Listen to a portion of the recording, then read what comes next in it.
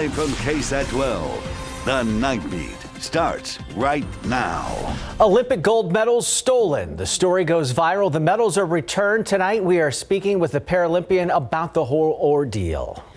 And tonight we are taking a look at the local blood supply and what we can do to bring it up from its critical state. And not to stress out the procrastinators, but have you filed your taxes yet? If not, you still have some time. But we have a few things you might want to know before you get down to business. Swift justice after a criminal act caught on camera took social media by storm. A smash and grab car burglar took off with a bag containing 3 Olympic medals. The man they belong to tells the night team's Lee Waldman they're worth more than their weight in gold.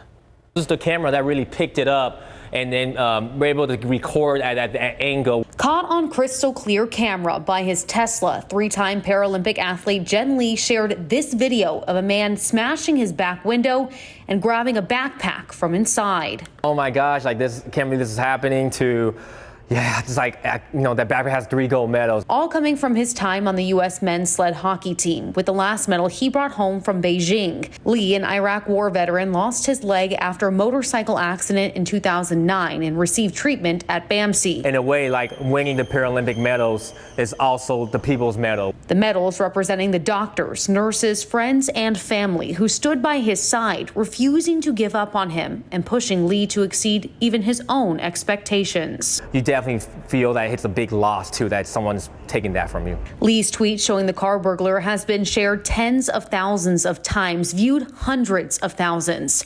Even San Antonio Police Chief William McManus saying the Innovative Fusion Center is on the case, a center that consolidates resources from multiple agencies to investigate and respond to criminal activity. No idea I was gonna get, like, I was just thinking maybe 1 or 2 response and you know, maybe some shares.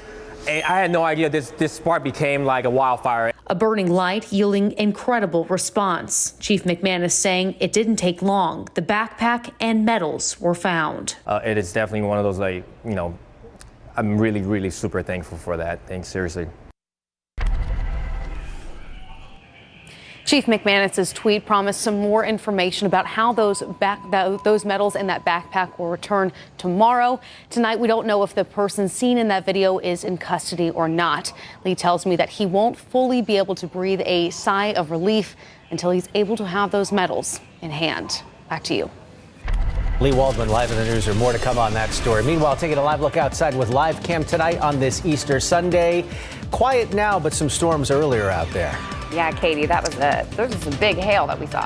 Yes, the story with the isolated severe storms that developed mainly north and west of San Antonio this afternoon. It was hail. We had some big time hail reports. Now, I want to let you know tonight, if you had a busy evening and you knew there were some storms around, we're done with that for tonight, so you can rest easy. We'll be rain-free overnight, but let's look back at some of the hail reports we had today. Again, they were mainly west of San Antonio and west of 281. One of the largest reports we had was near Medina, 2.5-inch hail reported there. That's about the size of a tennis ball. But down near Yancey in southern Medina County, 3-inch hail reported. That's about the size of a teacup. So there were some isolated instances of very large hail, but radar is quiet. Any of that light green you're seeing is just a little bit of ground clutter being picked up by the radar. So rain-free overnight, partly cloudy skies, temperatures falling out of the 70s now into the low to mid 60s by early tomorrow morning. Monday will feature a brief drop in humidity, so it sets us up for a comfortable start to the week. We'll talk more about your Monday and the full week ahead coming up in just a little bit. Courtney. Thank you, Katie. See you in a bit. Well, after 3 days, the Bexar County Medical Examiner's Office has identified the 17-year-old who died after a shooting earlier this week. His name is Dominic Hernandez. The shooting happened on Thursday at a home on Stony Brook Drive, not far from Medina Base Road. When police got there, Hernandez was found dead in the street. Details of what led to the shooting are still unknown. However, police did arrest one man. 43-year-old Gerardo Godina is now facing a murder charge. Police say they're not looking for any other suspects. A man is in critical condition tonight after a parking lot shooting left behind damage on the north side. It happened just before 3 o'clock this morning near Highway 281, not far from Redland Road. San Antonio police say it stemmed from a bar fight that continued outside. That's when one man was shot. He was taken to University Hospital. Police say the suspect took off, but the parking lot was left with at least 15 shell casings and 5 cars were hit by the bullets. We are still waiting for the identity of a man who was hit by a train overnight on the east side. It happened around 1:30 a.m. near J Street and Roland Avenue. San Antonio police say the man was lying in the middle of the tracks when the train approached. Police say the conductor honked the horn and hit the brakes, but could not stop in time. That man pronounced dead at the scene. Around Texas, another train crash to tell you about, this one in Harris County overnight.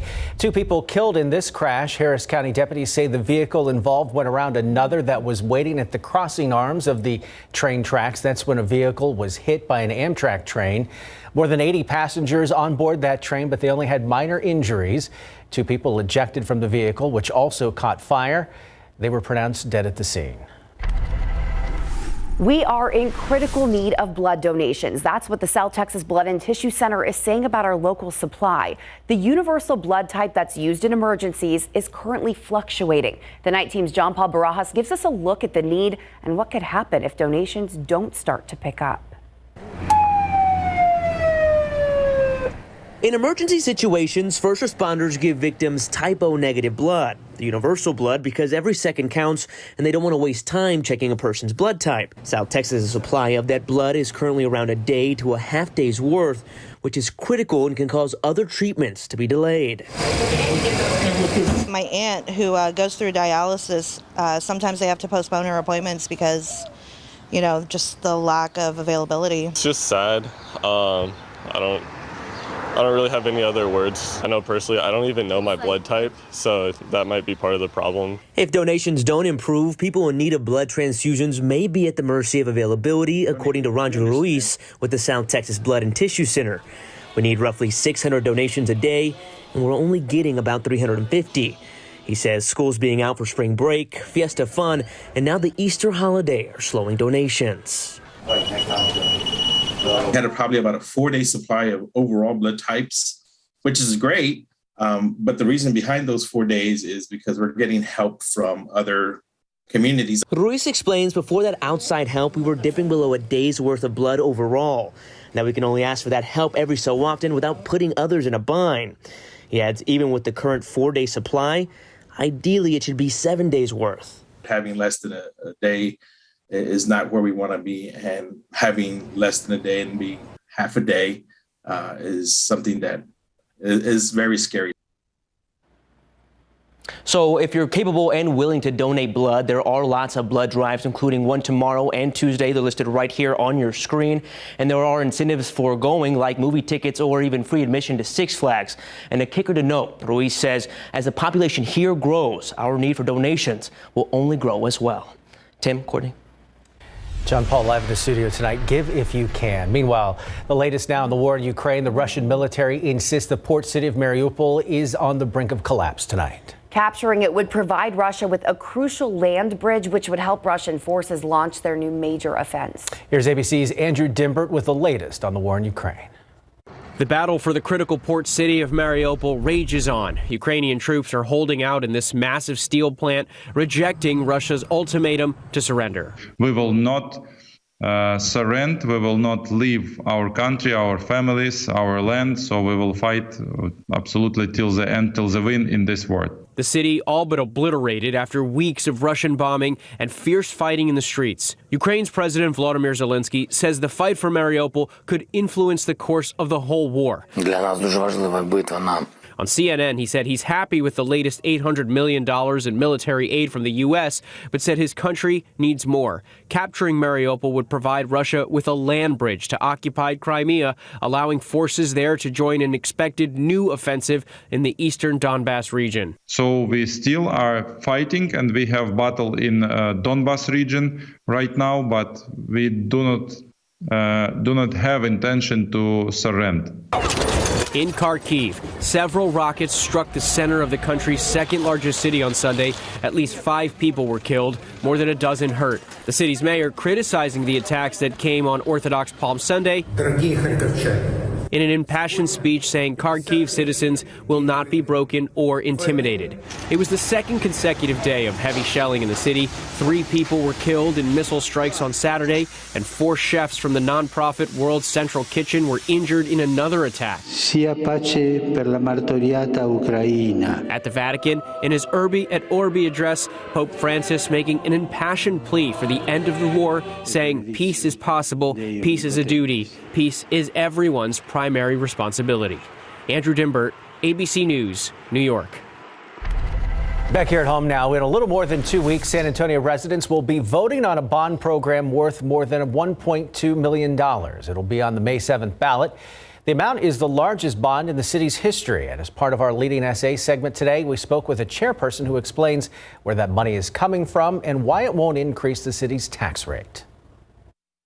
San Antonio has a history of establishing success in the bond programs to build out infrastructure and address those most critical needs. And this year's program is no different. In fact, the dollars come from the general fund, and it's over a 5-year period of time.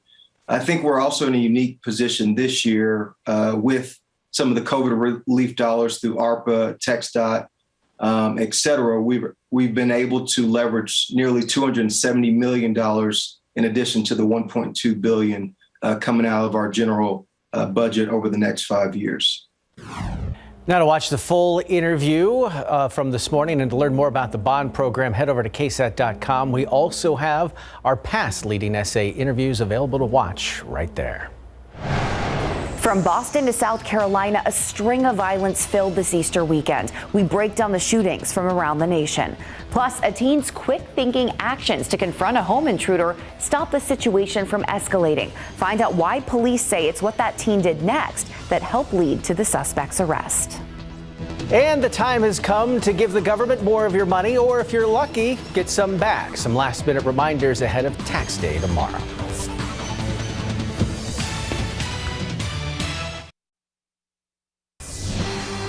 Sharpen your pencils and get your fingers ready for all the calculator work you'll be doing, because tomorrow is tax day. It's a few days later than usual due to Emancipation Day holiday. There are some new items to file that might make things a little more complicated than usual this year.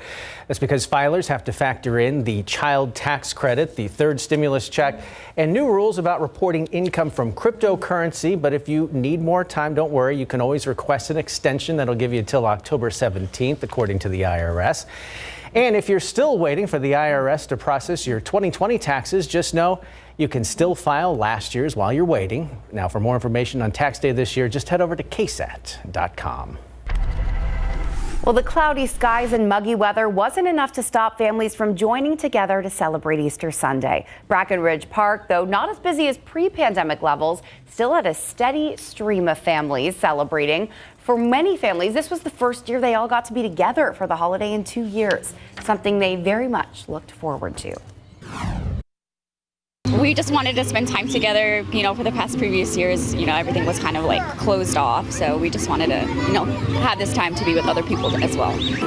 This year, the city of San Antonio allowed families to camp out overnight for the holiday weekend. But tonight, the camping restrictions go back into effect.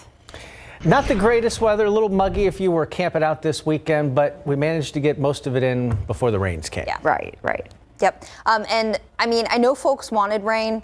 Yeah. I totally get it. But the deal with the rain and storm chance we had today is pretty much anything that developed was probably going to become strong to severe. That's what played out. So the folks that got rain, they also had to contend with, in some cases, some very large hail and also gusty winds. So the rain was not widespread, but we did have a little taste of some spring storm action here. Had a few photos here on our KSAT Connect.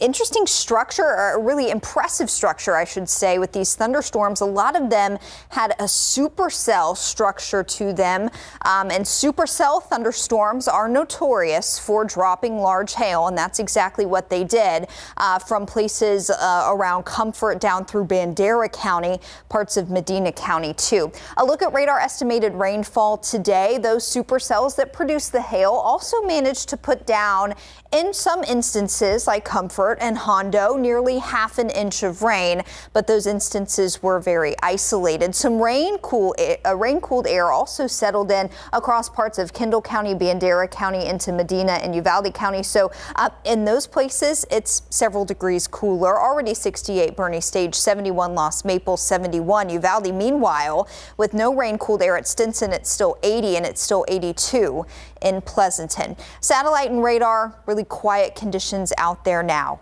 No more storms, no more rain out there, and skies are partly cloudy to mostly clear at this hour. A look across Texas, pretty quiet, but as you go off to the east, there's some ongoing severe weather across parts of Mississippi, Alabama, and the Florida Panhandle. Some severe weather will be possible north of New Orleans tonight.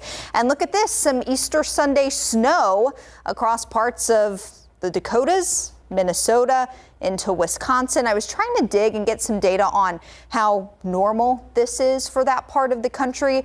Just based on people's social media reactions who live in places like Minneapolis, they are not happy about it. So I don't know. Can't assume it happens that often, but it's quite cold across the northern tier of the country with some snow there. So the reason for the active weather across the deep south and the snow up closer to the Great Lakes, a pair of low pressure systems with associated cold fronts. Now, these cold fronts are not bringing in a really cold air mass to us here in Texas, but what they will do for us for the start of the work week tomorrow is drop our humidity just a little bit. So currently, if you step outside, it's still very muggy, but overnight and through the first part of the day tomorrow, this second weak cold front will drop through and bring in some drier air for us. So right now our dew points are sitting in the upper 60s near 70. By tomorrow afternoon, our dew points will be down in the 40s and 50s. So we'll knock that humidity down a bit, and it really will just contribute to what's going to be a nice day tomorrow. So not as humid, especially by lunchtime and into the afternoon.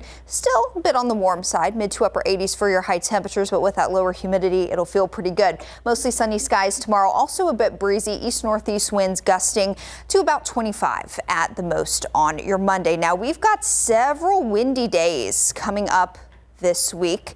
I'm going to talk about why that is next half hour, but the good news is that we expect humidity to bounce back by Tuesday. So when you pair the higher humidity with the windy conditions, that takes the fire danger out of the picture. It's when we have very low humidity and windy conditions that fire danger is a concern. So thankfully, as the humidity builds back in by Tuesday, Wednesday, we won't have to worry about the fire danger as much, even though it will be windy. As far as rain chances go this week, they are slim to almost none. A few little pop-up thunder showers will be possible, but most of us, unfortunately, will miss out on any meaningful rain in the week ahead, guys. Thank you, Katie.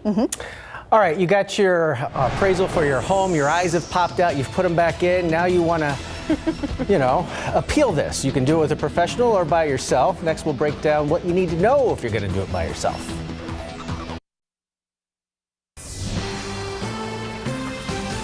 By now, you've likely seen your notice from the Bear Appraisal District showing high dollar jumps like we've never seen before. Maybe you like that the hot home selling market is making your property more valuable. Maybe you don't. After all, there is a tax impact. So what can you do? You can hire a professional to protest for you, or you could do it yourself. 12 on your side's Marilyn Morris walks us through it. Just in 1 year. Sergio Martinez about hit the roof when he opened his mail from the Bear Appraisal District. Well, it's not right. It's a lot of money. The estimated market value of this house in Denver Heights shot up 46%. He says his property hasn't changed, but the neighborhood has. A lot of investors, is buying the properties, and the prices go high. And, we can afford it. It was a familiar concern among people showing up this morning, appraisals in hand. It's go up more than 20,000 each year. It's crazy, If you think your new appraisal is out of whack, there is something you can do. You can appeal it. The first step is to file your notice. It's on the back of your appraisal notice. You can mail it in, do it all online, or just drop it off.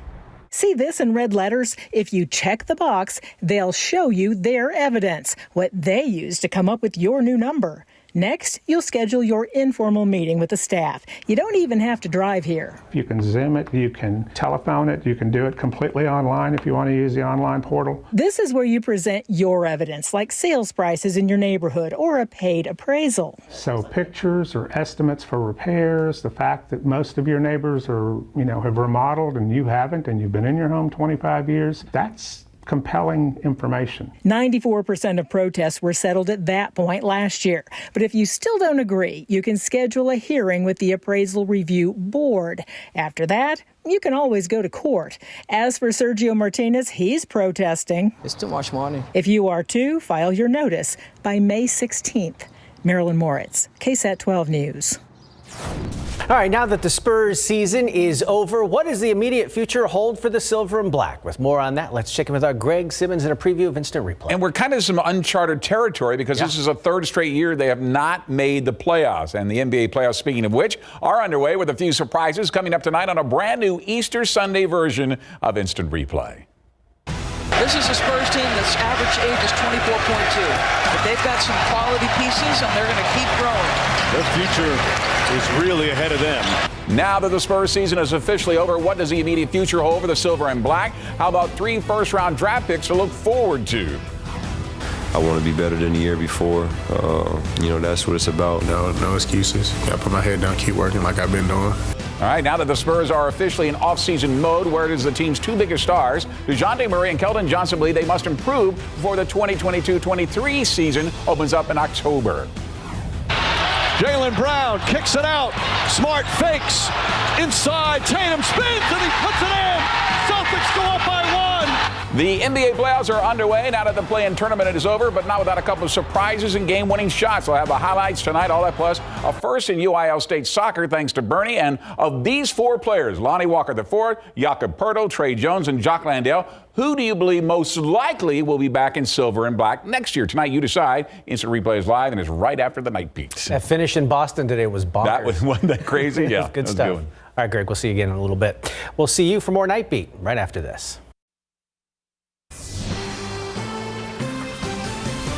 The search for the suspects in a deadly overnight shooting in Pittsburgh is still underway. Police believe multiple shooters are responsible for the holiday weekend violence there. And we are also learning more about a shooting in Boston and 2 mass shootings in South Carolina. Cole Higgins reports. In Pittsburgh early Sunday morning, a mass shooting breaking out at a large party held at an Airbnb. It's heartbreaking. Here we are Easter, and we have multiple families. 2 that won't see a loved one. 2 people under the age of 18 are dead, 8 others wounded by gunfire. Police say as many as 200 people were at the party, many of them underage. How can you even have a holiday when your child was involved in something traumatic like this? More than 90 rounds from multiple guns were fired inside and outside of the home, according to the police chief. This goes back to having too many guns, too many illegal guns on the streets. In Columbia, South Carolina, 1 man is now in custody after a mass shooting at a mall on Saturday. We didn't know who was shooting, what direction it was coming from. And it was really terrifying. 14 people were injured, at least 9 of whom were shot. 5 others hurt while attempting to flee from the chaos. To the south of Columbia and Hampton County, 9 people were shot early Sunday morning at a nightclub. The investigation being led by the South Carolina Law Enforcement Division. And in Boston, 2 people are in critical condition after a shooting early Sunday in the Chinatown neighborhood. Boston police say 3 suspects were taken into custody after the vehicle they were fleeing in crashed. The investigation into that shooting is ongoing. I'm Cole Higgins reporting. President Joe Biden set to restart the sale of onshore leases for oil and gas drilling on federal lands as soon as tomorrow. As a result, he's breaking one of his 2020 campaign promises. And by the way, no more drilling on federal lands, period. 144,000 acres of public lands will be up for lease in 9 states. The president did sign an order pausing the sale of new leases when he came into office, but a federal judge in Louisiana said they had to go forward. The decision comes as gas prices spike out of control and the White House faces political pressure to find ways to supercharge domestic production. There's no way for Biden to meet his campaign climate promises as well as his international commitments unless he actually addresses leasing on public lands. And the first step is stopping new leasing. The Department of the Interior insists they work to raise the royalties of the plots for the first time to nearly 50%, also promising to include the input of tribes and take environmental concerns into account like never before. Taking a look now at other stories making headlines around America. A stranded cargo ship in Chesapeake Bay has been successfully refloated after being stuck for more than a month. Take a look. The Ever Forward has been stuck in the Chesapeake Bay since March 13th when it became grounded after leaving Baltimore. The Coast Guard, Maryland Department of the Environment, and Evergreen Marine Corporation have all partnered with multiple state and local responders to free that ship. Crews dug out at least 84,000 cubic yards of mud from around the vessel. That's about 27 barges worth of mud. The U.S. Coast Guard and coordinating agencies also removing around 500 containers of its nearly 5,000 container load. A quick-thinking teenager who took matters into her own hands when an intruder allegedly burst into her home. Her actions are being credited with helping the police make an arrest. ABC's Faith Abube has more on all that she did.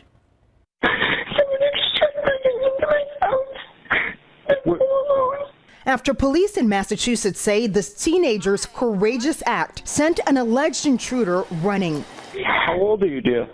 I'm 14. 14-year-old Avery Cormier tells ABC News affiliate WCVB it was just before 7:30 a.m. on the first day of spring break. She was home alone with her younger sister when she heard footsteps in the house. I thought that my mom might have just forgotten her phone and came back until I realized, that's not my mom. Cormier says adrenaline kicked in. She grabbed these 2 steak knives and went straight after the trespasser. I was screaming at the top of my lungs to get out of my house, get out.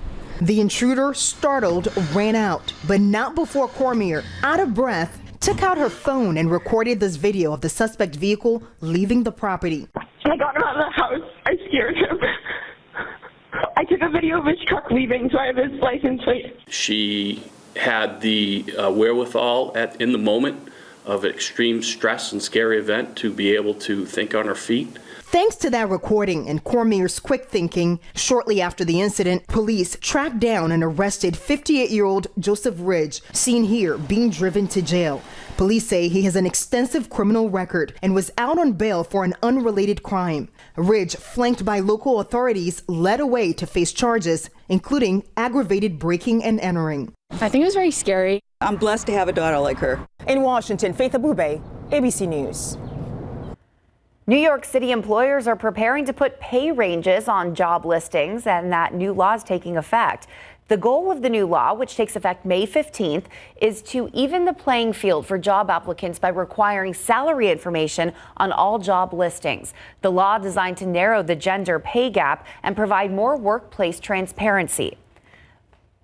But some employers say they aren't ready and need to spend more time setting compensation rates for every job title. The transparency could potentially upset existing employees when they find out new hires could be making more.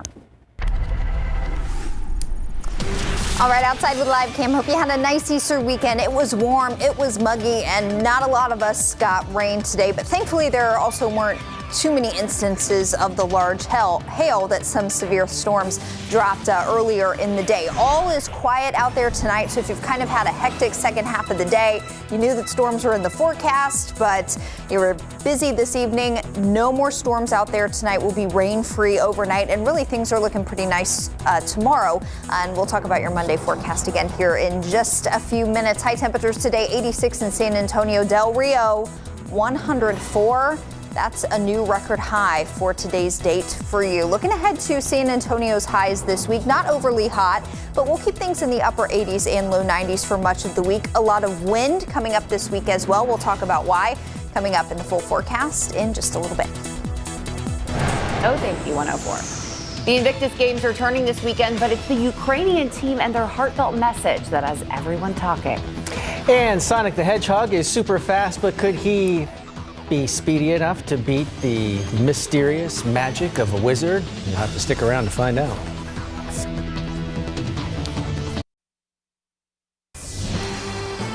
Meghan and Harry at the Invictus Games this weekend, turning heads as their first public appearance after leaving their royal duties. But also getting people talking is the Ukrainian team participating. Here's ABC's Bob Woodruff to tell us about the heartfelt messages given out at the Games. On day one of the Invictus Games, a clearly emotional Harry was back in the spotlight. God, I've missed you all. The Duke and Duchess of Sussex took to the world stage for the opening ceremony of the Invictus Games after walking away from their royal duties. He is your fellow veteran, having served 2 tours of duty in Afghanistan and 10 years of military service. He's the founder of the Invictus Games and the father to our 2 little ones. For Harry and Meghan, it's always been really important to be on the ground with the people. And of course, they're also having fun alongside. You know, we saw them with little children in mini Land Rovers yesterday. And I think for the couple, it's being able to have that freedom without protocol to really get the work done, but also have fun alongside. Harry praised the veteran community he founded the Games to honor. You are part of the Invictus family, and we not only respect and salute you, we see you.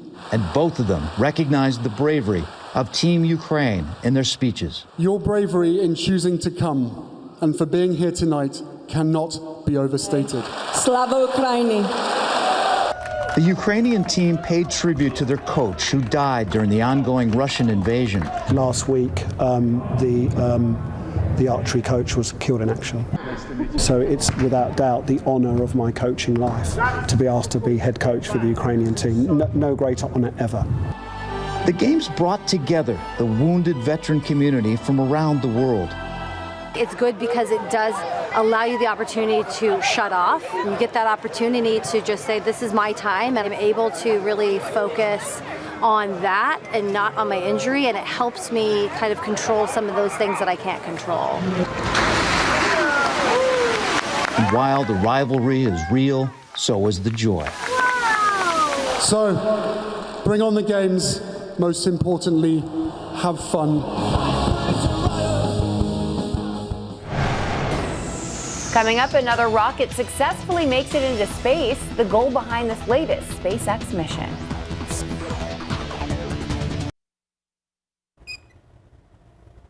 Liftoff, the Falcon 9, go NROL 85. 10, 9, 9. Strange. A Falcon 9 rocket is successfully in space after a launch today from Vandenberg Space Force Base in California. The SpaceX rocket is deploying 2 surveillance satellites for the National Reconnaissance Office. The satellites will be used to scour the Earth's oceans for radio transmissions to triangulate and pinpoint the position of ships. Today's launch reused the same Falcon 9 rocket booster from a previous mission. My squeaky pen was really excited about the rocket launch. Well, I was having a little bit of a flashback there with the feedback on the guy's countdown. I don't know what's going on there. Well, today was not the worst weather for Easter because it ended early, I feel like. Some people though got a little bit of hail. Yes, some people got some sizable hail. Thankfully, those instances were very isolated. I know folks wanted a little bit more rain, but unfortunately, the rain today came with a risk for some large hail. So a lot of us missed out on that, and I think we can all agree that is a good thing. Here's a quick look at the time lapse from today. Just a really hazy day with high humidity. Cloudy through the morning, some clearing, and then those storms popped up late this afternoon, early this evening, and sent us a lot of the blow-off cloud cover. So really not a whole lot of clearing even into the evening. It looks like a lot of that high cloud cover from those storms is gone now, and we're mostly clear, still sitting near 80, and in fact, when you factor in the humidity there, it feels like 80 at this hour, so it is still warm and muggy out there.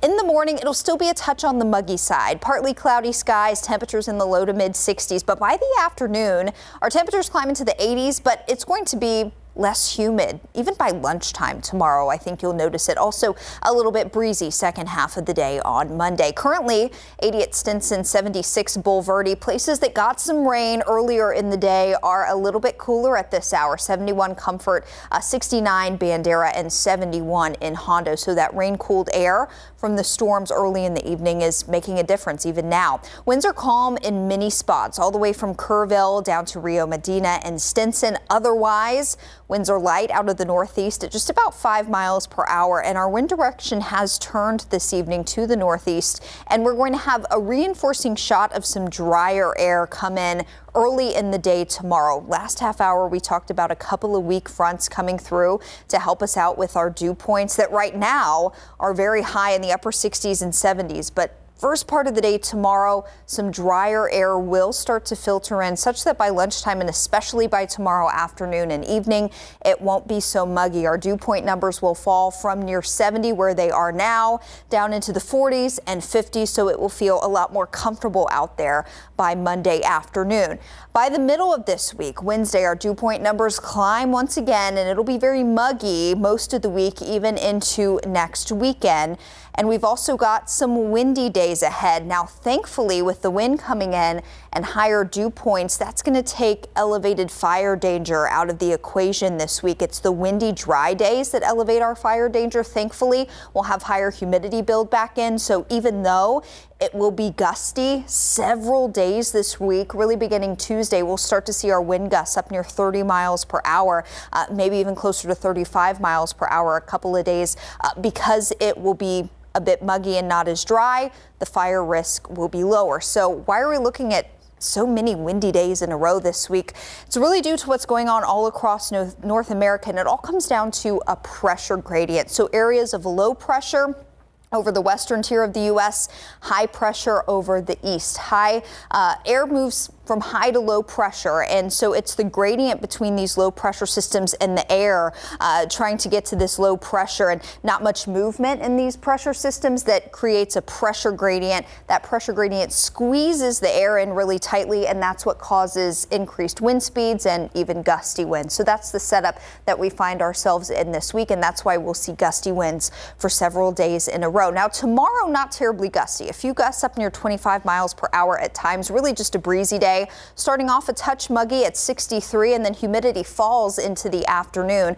Really a very comfortable day tomorrow. Enjoy it. Humidity starts to build back in by Tuesday, but again, with the windy conditions, no big fire danger concerns heading into this week, but that wind is going to be noticeable and maybe a bit of a nuisance at times. Well, let's hope it's strong enough to knock down what remains of the oak catkins, the little tassels. Let's get rid of those once and for all. Sneeze just thinking about them. Yeah. All right, was the sight of magic on the big screen enough to claim the #1 spot at the box office? What do you think, Tim? We'll have to find out. I'm not going to blow it. We'll be back.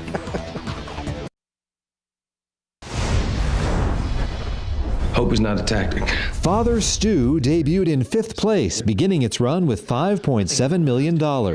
Everything, Everywhere, All at Once moved up to number 4 on ticket sales of $6.2 million. The Lost City held steady in 3rd place, earning $6.5 million. Sonic the Hedgehog 2 fell to 2nd, but $30 million gave the sequel a 10-day total of $120 million. Wait. A less than fantastic debut for Fantastic Beasts: The Secrets of Dumbledore, which opened with a franchise low $43 million. In Hollywood, I'm David Daniel. Welcome to Travel. What's up? Now we know magic wins.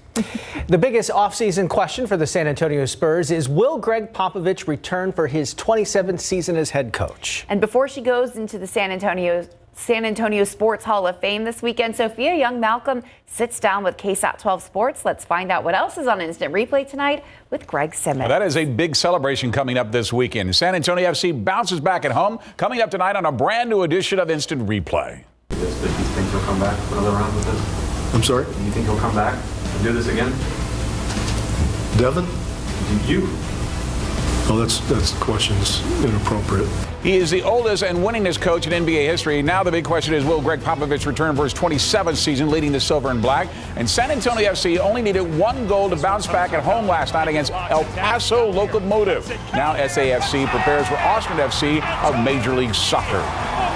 So for me, having this honor, to be inducted in the San Antonio Hall of Fame, the place where I actually now call home, even whenever people say, where are you from? I'm like, I'm from San Antonio. Like to hear that. Before she's inducted into the San Antonio Sports Hall of Fame this weekend, Sophia Young-Malcolm sits down with our Daniel Villanueva tonight on Instant Replay. And after getting off to a great start on the road, our San Antonio Missions stumble in their first home series. But who stood out in that losing streak, and which former Missions are turning heads in the majors? We will show you. And what do you think of the rebirth of the USFL, and will it last this time around? The sports guys are back tonight, and Tom Hanks and his co-star help make our play of the week. Instant Replay is live, and it is next. It was a heck of a first pitch there in Cleveland. It sure was, wasn't it? Thanks, Greg. We'll be right back. No time for something good, so we'll just say good night. That's all of our time. For all of us here at KSAT 12, thanks for watching. Be sure to tune in to Good Morning San Antonio for all your latest overnight news. An all-new Instant Replay starts right now.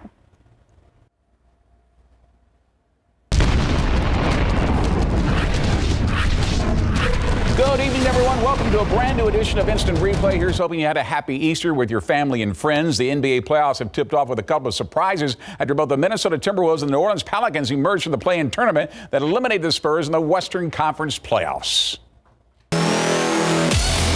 The San Antonio Spurs have now missed the playoffs for an unprecedented 3 years in a row after being eliminated in the play-in tournament in back-to-back seasons. The end came Wednesday, and the Spurs 113-103 loss to the Pelicans and New Orleans. Unable to beat the Pelicans 3 times on the road. In the loss, both DeJounte Murray, who had missed 5 games due to a respiratory illness, and Kelvin Johnson struggled. They went 1 for 12 in the first half, finished with a combined 28% from the field, 1 for 10 from three-point range, nowhere near Murray's all-star status. He earned this season, and Johnson's performance had earned him a gold medal at the Olympics. That said, Spurs head coach Greg Popovich was proud of the way his team fought back. Great lessons for our guys. I don't know if it's, the enormity of the situation, the playoff kind of atmosphere or whatever, but for the first 3 quarters, we reverted back to the way we were 3 months ago. And we'd gotten all through that and done a good job, but this kind of brought it back. So our youth really showed until they kind of collected themselves, but it took too long. So, I'm disappointed. I'm sure they are too, but I understand it, and I'm proud of them for hanging in there after playing so poorly. Now, one of the big questions this offseason will be if Pop decides to return for his 27th season. 3 good reasons seem to indicate he will be 3 first-round draft picks, including 1 in the top 10, more than likely, thanks to that play-in loss. So where do DJ and Kelvin believe the Spurs need to improve for next season? I would say, ball handling, definitely in between game, mid-range, things like that. We just got to get to it this summer. No excuses. Got to put my head down, keep working like I've been doing. And when this time come around next year, hopefully we'll be in a different situation. I want to be better than the year before. That's what it's about. But like I said, for me, I'm tired of watching the playoffs from home. So, I got to continue to take these steps. And I know it's a team game. So we all got to approach, our off seasons to get better and smarter and figure out what we can do to get in the postseason, because, that's where, everything is made. That's where you earn your respect. That's where you guys are fighting for their lives for contracts. You earn contracts. Just from the first guy to the last guy. We got to just continue to get better as individuals. All right, look who is a finalist for the NBA's Most Improved Player of the Year, DeJounte. According to the league, he's one of 3 being considered for that award. That includes Ja Morant of Memphis and Darius Garland of the Cavaliers. So when you take a look at the stats compared from this year to last year of both DeJounte and Kelvin, you can see how they improved. Let's start first with DeJounte. His minutes are up, obviously. His points per game also up to 21, over 21. Field goal percentage right now is at 46, improving from 45 the year before. Rebounds also are up 8.3. Assists per game way up at 9.2. Remember, he had 18 triple-doubles in his career, 13 just this last season. So let's take a look at Kelvin's stats, if you would, please. And that also increases in minutes. Points per game up to 17. His shooting percentage dropped just a bit here. Rebounds per game about the same, and his assists per game are up as well. The defending Western Conference champion Phoenix Suns are the top seed in the West this year. They started their first-round series against the Pelicans tonight, and the Suns wasted no time taking control of this one in transition. Chris Paul finds Devin Booker, who moves into the corner for a triple. Phoenix leads 11-4. Then later the first, Booker strikes again, stepping back to the line for a long 2. He had 10 points in the first quarter. Suns up 28-16 after 1. They would end the second quarter in style. Chris Paul with a crossover drives right to the rim for the lay-in with a half-second left in the frame. Phoenix cruises 110-99. So here's a look at the Western Conference playoff picture right now. You see Phoenix and New Orleans Orleans. 1 and 8 are playing. Suns win at least lead that series 1-0. Game 2 will be on Tuesday. Number 4 against number 5. That's Dallas and Utah. The Jazz lead that series 1-0. Game 2 is tomorrow at 7:30. How about Memphis and Minnesota? Or we'll go first with Golden State. And Denver, 3 seed against the 6 seed. The Warriors lead that series 1-0. Game 2 tomorrow at 9 p.m. There's the number 2 seed, Memphis against 7. That is a major upset. The T-Wolves winning that game 1, so they lead 1-0. Game 2 is on Tuesday at 7:30. Game 1 in the East, the number 8 Hawks, the number 1 seed in the conference, the Miami Heat. And this wasn't even close. Jimmy Butler was 9 of 15 from the field for 21 points. Kyle Lowry added 10 points and 9 assists. Duncan Robinson came off the bench, was 9 of 10 from the field. 8 of those were three-pointers. He had a team-high 27 points. Miami wins 115-91 after shooting 52% from the field. The Hawks' Trae Young is Atlanta's leading scorer at 28 points per game. But today, he was 1 of 12 from the field for just 8 points. Nets and Celtics, this was a good one. This game was tied at halftime. Celtics tried to break this open in the third. Boston would lead by 15 points. Marcus Smart gets the steal, slams it down. He had 20 points, 4-quarter now. Brooklyn closes the gap. Kyrie Irving with 12 of his 20 nails, 6 trays for a game-high 39 points. Nets are up 114-111 with less than a minute to play. Final few seconds of the game, Nets lead by 1. Smart drives and dishes it to Jason Tatum, who spins and makes a layup as the clock expires. Tatum had 31 points, including the game winner. Boston takes game 1, 115-114. The defending NBA champion, Milwaukee Bucks, begin their title defense as the 3 seed in the East, hosting Chicago in game 1. Both teams tied at 71 late in the third quarter. Giannis Antetokounmpo gets the shot to fall through contact, counted and 1. Milwaukee takes a 3-point lead into the 4. Former Spur DeMar DeRozan keeps the Bulls in this game with a pull-up jumper. DeRozan had 18 points, but the Bucks find separation late. Brook Lopez on the pick and roll just flips it up and in, plus the foul. Bucks hang on to win a defensive battle, 93-86. So here's how the Eastern Conference playoff picture is stacking up. You see Miami in number 1 seed against Atlanta, number 8. The Heat easily lead that series right now, 1-0. Game 2 Tuesday at 6:30. Number 4, number 5, Philadelphia and Toronto. You see Philadelphia is leading that series 1-0. Game 2 tomorrow is at 6:30. So that will also be at the same time, different channels. Number 3, Milwaukee against number 6 seed Chicago. Bucks won that one, as you just saw. Game 2 is on Wednesday at 8:30. And number 2, Boston against Brooklyn. The Celtics lead that series after that great finish, 1-0. Game 2 is on Wednesday at 6 p.m. The Bernie Boys soccer team became the first soccer program in the greater San Antonio area to win back-to-back UIL state titles on Friday afternoon. Jess Gonzalez scored the game-winning penalty kick in overtime to lift the Greyhounds to a 2-1 victory over Salina and secure the 3rd state title in Bernie program history. Goalkeeper Noah LeMaster made 5 saves and was named tournament MVP. This is just an overwhelming feeling right now. It's just on the verge of tears, kind of, and we've won. Wow, it's pretty incredible what the guys just did, and overtime, the 100 minutes, and for them to go and defend. I got the PK, and then Jess he always scores those, and we're confident in Jess, and oh wow, it's just such an amazing feeling. It's what every senior high school soccer player asks for. I mean, to go out and to play to the last day possible and to win on the last day, I mean, it is absolutely huge. And we have 9-10 seniors on the team, and all 9 and 10 of us get to go out with a bang, win our 2nd state championship. Bernie finished the regular season with a 27-2-1 overall record. You can read more about their victory right now on the BGC page at KSAT.com. Time now for tonight's Instant Replay poll question. Of these 4 players, who will more than likely be back in a Spurs uniform next season? Lonnie Walker IV, who is a restricted free agent. Jakob Poeltl has 1 year left on his contract, could be trade bait. Trey Jones also has 1 year, but no guarantees on his contract. And at D, Jock Landale has 1 year left as well. Vote now. We'll have the results at the end of the broadcast tonight. The Spurs season may have ended, but there's always so much going on in KSAT 12 Sports Department. Up next, we have our latest Scholar Athlete of the Week. But first, my only thing is thank you. Thank you from the bottom of my heart. I so much appreciate the love, the support, the fact that San Antonio chose me to be honored in this way. I'm truly grateful. So thank you. Sophia Young-Malcolm is headed into the San Antonio Sports Hall of Fame this coming weekend. We'll tell you who she's being inducted with. San Antonio FC is off to a great start in 2022 and have earned another win at home. Now they get ready to face Austin FC for the very first time ever on Wednesday. Will we see Coach Pop back on the Spurs sidelines next season? Will Spurs players will return in 2023? The sports guys decide, and why did a former Mission shortstop get the cold shoulder from the San Diego Padres dugout? We'll tell you as Instant Replay continues live next.